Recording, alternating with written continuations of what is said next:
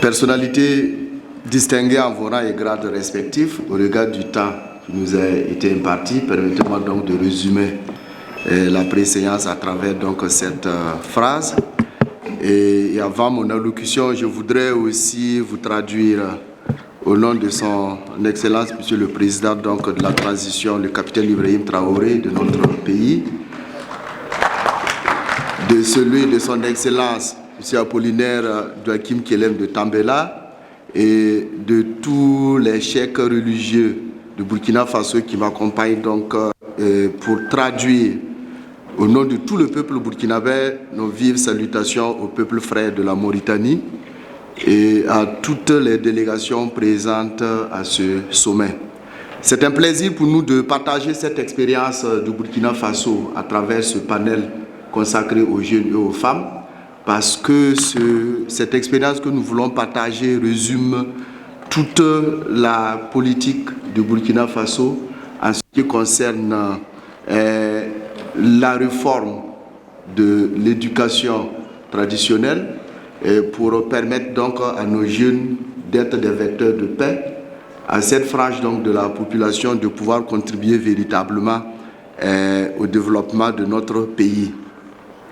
En rappel, il faut dire que le Burkina Faso est un pays multiconfessionnel et multiculturel à travers une soixantaine de communautés ethniques. Ces communautés ont vécu et vivent ensemble depuis donc des générations en symbiose et une cohabitation pacifique qui est aujourd'hui ébranlée donc par ce que nous appelons la radicalisation, l'extrémisme violent et le terrorisme qui sévit en ce moment dans le Sahel. En effet, ce changement de l'ordre social par des idées nouvelles, contraires aux valeurs de l'éducation traditionnelle, a entraîné des conséquences sur le plan social, le plan scolaire, le plan économique et au plan humanitaire.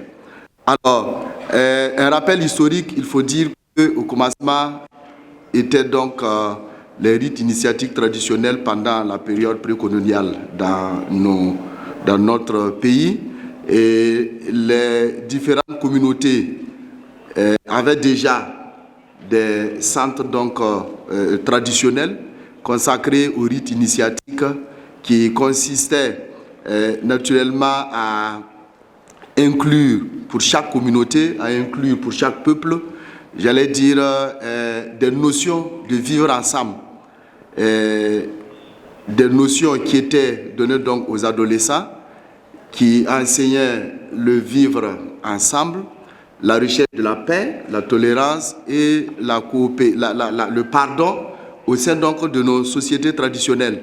Et ces pratiques éducatives permettaient aussi la transmission de connaissances et de l'expérience des aînés aux jeunes générations. C'est pourquoi nous considérons les rites initiatiques chez nous comme étant la première forme d'éducation traditionnelle des enfants dans notre société. Alors, avec l'avènement de l'islam, naquirent donc les écoles coraniques qui regroupaient aussi les enfants sous la tutelle donc d'un maître coranique qui leur apprenait naturellement à lire le Saint-Coran, mais aussi les préceptes donc de l'islam.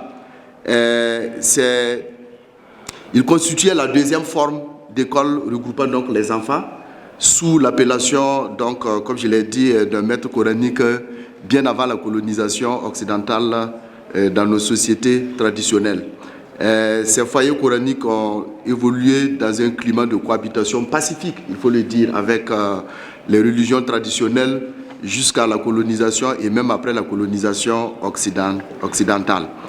Alors, le Burkina Faso a structuré ou organisé son éducation autour donc de quatre domaines, notamment l'éducation.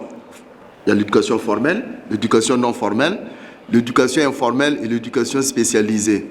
Au regard de son importance dans la formation de l'homme, il faut dire que l'enseignement coranique dans cette nouvelle structuration relève de l'éducation non formelle et elle occupe une place capitale dans le paysage de l'enseignement professionnel. Cependant, il faut reconnaître que ces structures éducatives rencontrent des difficultés qui sont essentiellement liées à la restauration donc, des apprenants qui, la plupart du temps, vivent donc de la mendicité, leur hébergement, et leur prise en charge sanitaire et même un manque d'opportunités d'insertion de ces jeunes après leur formation donc, à l'éducation traditionnelle. Et dans le but donc de réformer, pour permettre donc à ce volet ou à ce domaine donc de contribuer au développement donc du pays, le gouvernement du Burkina Faso a entrepris une vaste réforme de ces écoles et a entrepris donc de prendre le leadership en accompagnant donc les maîtres coraniques et en accompagnant les différents acteurs donc qui s'occupent de ces écoles traditionnelles. Donc, ce qu'il faut dire dans ce contexte, l'État a joué un rôle pour éviter que ces centres, qui étaient devenus pratiquement le vivier dans lequel les extrémistes recrutent donc les jeunes, les extrémistes radicalisent donc ces jeunes et les jettent donc en pâture. Alors, l'État a entrepris de réformer, comme je l'ai dit, ces foyers coraniques et à travers donc quatre domaines. Notamment, il y a un volet consacré à l'éducation islamique. Le Coran et les autres sciences islamiques pourront y être enseignés à ces jeunes. Le deuxième, c'est l'intégration de la langue arabe et la langue française, et permettant donc à ces jeunes, en même temps, d'apprendre à parler un peu le français. L'intégration donc des sciences exactes, notamment les mathématiques, la science d'observation, et un élément important, l'apprentissage donc des métiers. La formation professionnelle comme l'élevage, l'agriculture, parce qu'il s'agissait de permettre à ces jeunes, en même temps qu'ils apprennent donc l'arabe, en même temps qu'ils apprennent donc le Coran, à la sortie de pouvoir disposer de quelque chose à faire. Parce qu'il y a quand même leur intégration aussi dans la vie sociale et ne pas constituer une charge après cette formation donc, pour la communauté. Et ce qui a été important aussi, c'est de créer une passerelle à partir donc, de la 3e année pour permettre à ces jeunes de pouvoir rejoindre l'école classique, s'ils le veulent, pour les jeunes. Et pour les adultes, l'intégration, donc, comme je l'ai dit, d'un volet sur la formation professionnelle pour les permettre donc, de prendre en charge leur vie. Alors, l'État, de concert avec la Banque islamique, nous avons un projet qui a accompagné donc, cette réforme dans les domaines suivants. L'harmonisation des curricula bilingues franco-arabes et du primaire et du post-primaire, parce que ce qu'on a remarqué, c'est qu'en fonction de là où le maître coranique a fait son école, si c'est en Égypte, il va appliquer donc le programme égyptien. Si c'est en Arabie Saoudite, il va appliquer le programme saoudien. Ben, là où le maître coranique a fréquenté naturellement, il ramène ce programme. Alors, il a fallu d'abord relire donc ces curricula pour les adapter au contexte du Burkina Faso et harmoniser un peu l'enseignement qui est donné donc dans ces écoles traditionnelles. Nous avons la conception des manuels en arabe adaptés, comme je l'ai dit, au contexte socio-économique du Burkina Faso. Nous avons, l'État a ouvert donc la création d'une section arabophone dans l'Institut national qui forme les enseignants du Burkina Faso. Une section donc arabophone pour permettre de former aussi des enseignants qui comprennent davantage l'arabe pour accompagner naturellement donc ces écoles à mieux et se moderniser. L'État même a ouvert 39 écoles franco-arabes pour donner des écoles modèles, des écoles type. Le temps est fini.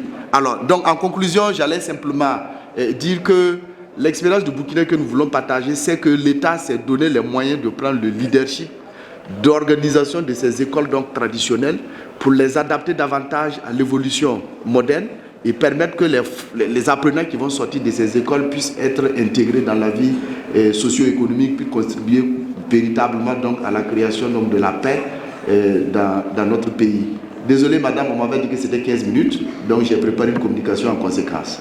Voilà, merci.